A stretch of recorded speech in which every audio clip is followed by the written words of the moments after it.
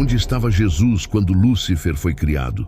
Essa pergunta parece simples, mas nos leva para o início, antes do início, para um ponto tão distante que não há relógios, não há espaço, não há matéria, apenas a eternidade respirando. Antes que o universo fosse aceso, antes que os céus fossem estendidos como cortinas, Jesus já era. Ele não surgiu em Belém, não começou na manjedoura, não nasceu no templo. O Evangelho de João abre as cortinas e nos deixa espiar esse mistério quando diz que no princípio era o Verbo, e o Verbo estava com Deus, e o Verbo era Deus. Todas as coisas foram feitas por meio dele, e sem ele nada do que foi feito se fez. É como se as primeiras palavras da Bíblia, no princípio criou Deus os céus e a terra, fossem apenas o registro visível de algo que já pulsava antes, o plano eterno do Filho. Não havia forma nem luz, o espaço ainda não tinha sido desenhado e mesmo assim o Filho já existia, perfeito, glorioso, sendo a imagem do Deus invisível, a expressão exata de sua glória.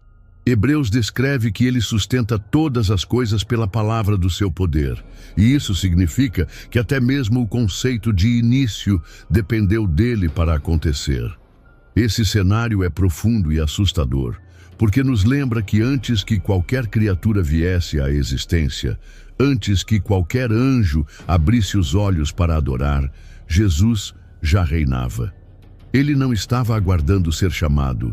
Ele é o princípio de todas as coisas.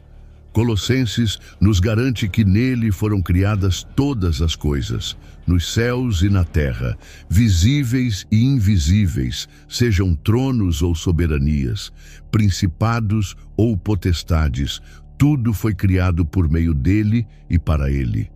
Imagine esse silêncio cósmico, a eternidade como um oceano sem ondas, quando de repente a voz do Criador ecoa, e pela primeira vez o nada se curva diante de uma ordem.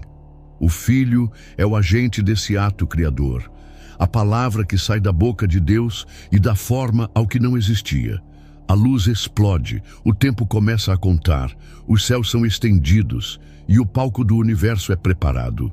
Mas antes que o homem fosse moldado do pó da terra, antes que a história humana tivesse seu primeiro capítulo, Deus decide povoar esse novo cosmos com seres espirituais.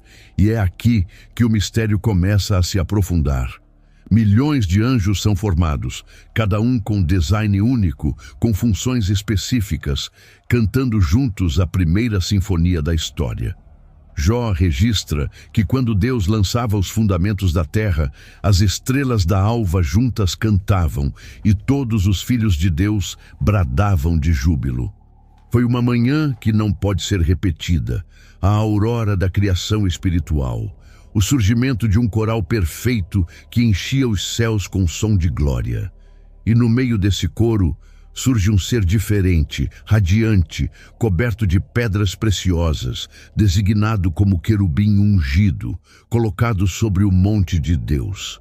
Ele caminhava entre as pedras de fogo, experimentava de perto a santidade divina e parecia ser o reflexo mais brilhante da criação. O profeta Ezequiel descreve que nele não se achava defeito algum desde o dia em que foi criado. Era perfeito em formosura. Mas enquanto tudo era harmonia, algo começa a se desenhar em silêncio.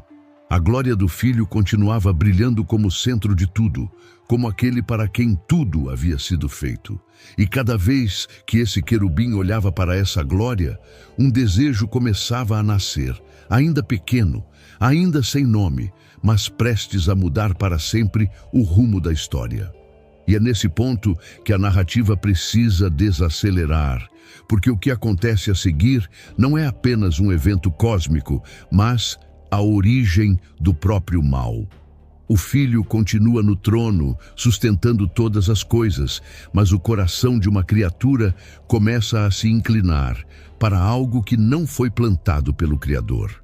É aqui que o mistério se aprofunda e a tensão cresce, pois o próximo passo revelará como a perfeição foi manchada e como o primeiro movimento de rebeldia surgirá no lugar mais improvável do universo. A primeira criação espiritual, os anjos e Lúcifer. O silêncio que antecedeu o universo foi quebrado pela primeira música. Assim que a palavra criadora ordenou, o céu se encheu de vida e milhões de seres espirituais surgiram, brilhando como tochas vivas. Cada um diferente, cada um perfeito. Eles são chamados na Escritura de anjos, espíritos ministradores enviados para servir. Alguns foram designados para proclamar glória, outros para guardar os caminhos, outros para trazer mensagens. Era um reino de ordem, hierarquia e harmonia, onde cada voz se unia como se fosse uma só.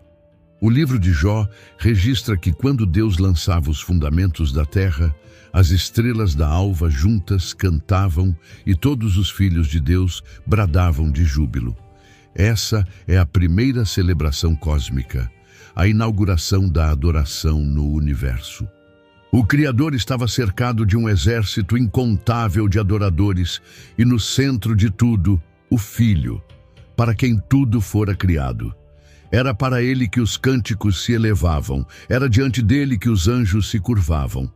Entre esse coral imenso, Deus forma um ser diferente. Ele não foi apenas mais um anjo, mas um querubim ungido para cobrir, alguém colocado sobre o Monte Santo de Deus, próximo à glória como poucos. Ezequiel descreve sua beleza com detalhes. Pedras preciosas o adornavam, safira, ônix, jaspe, carbúnculo, esmeralda e ouro. Tudo nele refletia a perfeição da obra divina. Ele tinha acesso às pedras de fogo, símbolos da santidade de Deus. Sua função era proteger, guardar, refletir a glória que via. O nome dado a esse querubim foi Lúcifer, aquele que brilha, estrela da alva. Ele era perfeito em seus caminhos desde o dia em que foi criado, diz o profeta, até que se achou iniquidade nele. Mas por ora, tudo nele era luz, música e esplendor. Seu papel no céu era de destaque. Ele conduzia a adoração, parecia o maestro de uma sinfonia que jamais cessava. Seu som era agradável, sua presença inspirava reverência. Os anjos formavam uma sociedade espiritual organizada. Havia serafins ardendo diante do trono, proclamando Santo, Santo, Santo é o Senhor dos exércitos. Havia querubins que guardavam a glória. Havia mensageiros que viajavam como relâmpagos levando a vontade divina. Era um reino de perfeita justiça, onde o mal ainda não havia sido revelado. Tudo que foi criado existia por meio do Filho. O Evangelho de João reforça que todas as coisas foram feitas por meio dele, e sem ele, nada do que foi feito se fez. Isso inclui os anjos, inclui Lúcifer. É um detalhe que muda toda a perspectiva. Aquele que um dia seria crucificado em um madeiro foi o mesmo que deu existência ao querubim, que mais tarde se tornaria adversário. A relação entre Criador e criatura era clara, e mesmo assim, algo estava para se romper. À medida que o tempo celestial avançava, o querubim ungido tinha acesso à presença divina como poucos. Caminhava entre as pedras de fogo, via a luz que emana do trono, escutava o som da palavra que sustentava os mundos. Essa proximidade deveria tê-lo mantido humilde, mas pouco a pouco, algo começou a mudar dentro dele. O que os outros anjos viam como glória a ser adorada, ele começou a ver como algo a ser desejado. Sua função de refletir começou a se transformar em desejo de reter. A harmonia do céu permanecia intacta, mas uma semente silenciosa estava sendo plantada.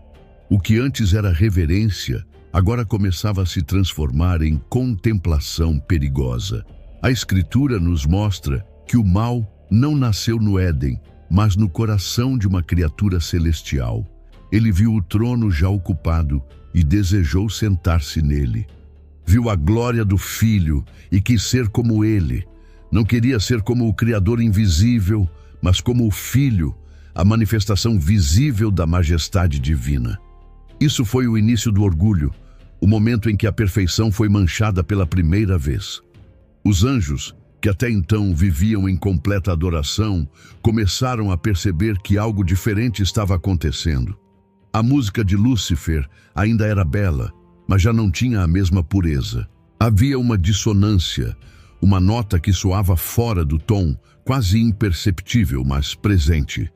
Era o prenúncio de uma rebelião que se aproximava.